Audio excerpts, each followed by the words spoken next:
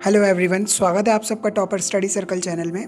आज हम बात करेंगे फ्यूचर कॉन्टिन्यूअस टेंस के बारे में। इससे पहले कि अगर आपने वीडियोस मेरी नहीं देखी हैं, सारे टेंसेस मैंने पिछले क्लियर कर रखे हैं। आप डिस्क्रिप्शन में जाकर के उनको चेक करें, उनके लिंक मैंने डिस्क्रिप्शन में दे रखे हैं। वीडियो को पूरा देखना ताकि टेंस बिल्कुल क्लियर हो सके। फ्यूचर कॉन्टिन्यूअस टेंस के बारे में देखो।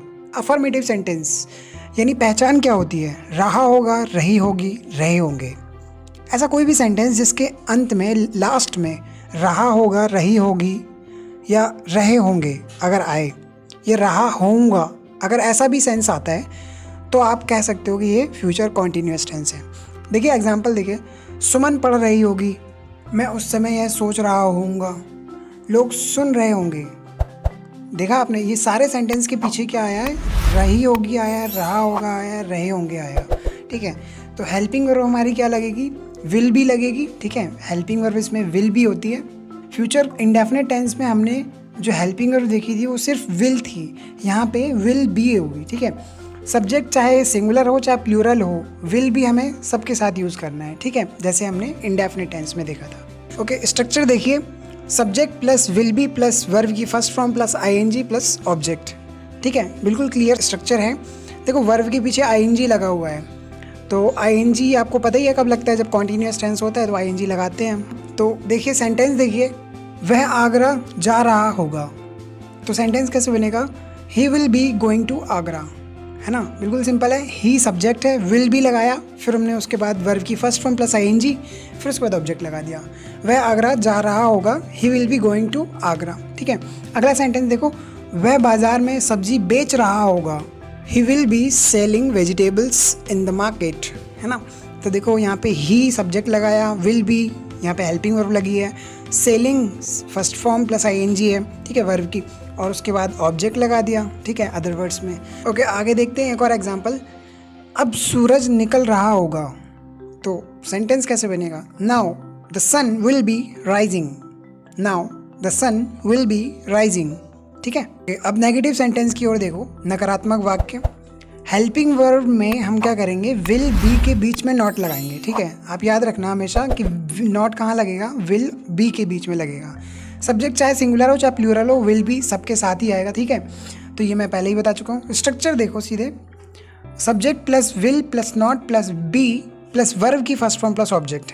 ठीक है, तो यानी कि नॉट देखो कहाँ पर आया है? विल बी के बीच में नॉट आया है। ठीक है, कॉन्ट्रैक्शन पर एक बार नज़र डालो कि कॉन्ट्रैक्शन मैंने पिछली क्लास में भी शायद बताया होगा आपको। हाँ बताया था कि विल नॉट को हम वॉन्ट पढ़ते हैं, WON''T। ठीक है, वॉन्ट, समझ गए?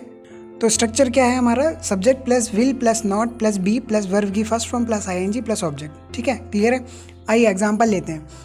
वह इंग्लिश नहीं सीख रहा होगा, वह इंग्लिश नहीं सीख रहा होगा, Rahul will not be learning English. अगला सेंटेंस देखो, वे कुछ नहीं सोच रहे होंगे, they will not be thinking anything. वे कुछ नहीं सोच रहे होंगे, they will not be thinking anything. Okay, अगला सेंटेंस देखो, वह छत पर नहीं सो रहा होगा, वह छत पर नहीं सो रहा होगा, he won't be sleeping on the terrace. ठीक है, वॉन्ट मैंने कॉन्ट्रैक्शन यूज़ कर दिया यहाँ पे। ठीक है, विल नॉट मिल करके वॉन्ट बनाते हैं, है ना? कॉन्ट्रैक्शन हमारा ये था, तो he won't be sleeping on the terrace. अगला सेंटेंस देखो, वह तुम्हारा काम नहीं कर रहा होगा, वह तुम्हारा काम नहीं कर रहा होगा, he won't be doing your work. Clear है? आइए आगे बढ़ते हैं। इंटेरोगेटिव प्लस नेगेटिव यानी क्या से शुरू होने वाले वाक्य। हेल्पिंग वर्ब हमारी विल बी ही रहेगी, सब्जेक्ट चाहे सिंगुलर हो चाहे प्लूरल हो, दोनों के साथ हम विल बी ही लगाएंगे। ठीक है, स्ट्रक्चर देखिए, सबसे पहले will plus subject plus be plus verb की first form plus ING plus object. ठीक है, विल बी को एक साथ कभी नहीं रखना जब इंटेरोगेटिव नेगेटिव बनाओ तो। ठीक है, विल और बी के बीच में सब्जेक्ट आएगा। ठीक है, यहाँ पे हमने नेगेटिव में देखा था कि विल और बी के बीच में नॉट आया था, लेकिन इंटेरोगेटिव फर्स्ट में या इंटेरोगेटिव सेकंड भी ले लो तो वहाँ पे हम विल बी को साथ में नहीं लेंगे, विल बी के बीच में सब्जेक्ट आएगा। ठीक है, ओके, अब आइए एग्जाम्पल लेकर के हम इसको क्लियर करते हैं। पहला एग्जाम्पल देखो, क्या राहुल स्कूल जा रहा होगा, क्या राहुल स्कूल जा रहा होगा, will Rahul be going to school. ठीक है, विल पहले लगाया, फिर सब्जेक्ट लगाया, फिर बी लगाया, will Rahul be going to school. अगला सेंटेंस, क्या आपके पापा अब मुंबई जा रहे होंगे, क्या आपके पापा अब मुंबई जा रहे होंगे, will your father be going to Mumbai now. ठीक है, आप इस तरीके से बना सकते हो, will your father be going to Mumbai now. अगला सेंटेंस देखिए, क्या वह उनसे बात कर रही होगी? क्या वह उनसे बात कर रही होगी? Will she be talking to them? Will she be talking to them? Okay, last sentence, क्या नियॉन आम खा रहा होगा? क्या नियॉन आम खा रहा होगा? Will neon be eating mango? Clear है? आइए अब आते हैं इंटेरोगेटिव सेकंड पर, यानी WH फैमिली से शुरू होने वाले वाक्य। ठीक है, हेल्पिंग वर्ब हमारी विल बी ही रहेगी। ठीक है, यहाँ भी, और सब्जेक्ट चाहे सिंगुलर हो चाहे प्लूरल हो, विल बी सबके साथ लगेगा, ये फिर मैंने बता दिया। ठीक है, आगे बढ़ते हैं। स्ट्रक्चर क्या है, देखो स्ट्रक्चर इंपॉर्टेंट है। WH family plus will plus subject plus be plus verb की first form plus ING plus object. ठीक है, यानी WH फैमिली सबसे पहले लगा देना। WH वर्ड जो होता है क्वेश्चन वर्ड, वो सबसे पहले आ जाएगा। ठीक है, विल और बी के बीच में सब्जेक्ट आएगा। ठीक है, मैंने पहले भी बताया कि विल और बी के बीच में सब्जेक्ट आ जाएगा। फिर उसके बाद वही जो आपको याद है, वर्ब की first form plus ING plus object. Clear है? आइए एग्जाम्पल लेकर के इसको क्लियर करते हैं। देखो पहला एग्जाम्पल है, राहुल किस समय स्कूल जा रहा होगा? किस समय, यानी कि ये क्या है, इंटेरोगेटिव सेकंड है। तो किस समय के लिए हम क्या लगाते हैं? व्हाट टाइम, है ना। हम किस समय के लिए क्या लगाते हैं? What time. तो what time will Rahul be going to school? Clear है? आइए एग्जाम्पल अगला लेते हैं। रेहान क्या कह रहा होगा? रेहान क्या कह रहा होगा? What will Rehan be saying? What will Rehan be saying? अगला एग्जाम्पल देखो, अंजलि किससे बात कर रही होगी? अंजलि किससे बात कर रही होगी? तो किससे के लिए हमने पहले भी बता रखा है क्या होता है, विद हुम, है ना। टू हुम भी होता है लेकिन कंडीशन अलग अलग है। खैर हम यहाँ पर विद हुम लगाएंगे। ठीक है, अंजलि किससे बात कर रही होगी? With whom will Anjali be talking? With whom will Anjali be talking? अगला एग्जाम्पल लास्ट है, वह कब पढ़ रहा होगा? वह कब पढ़ रहा होगा? तो when will he be studying? When will he be studying? Clear है? आइए इंटेरोगेटिव प्लस नेगेटिव की ओर चलते हैं।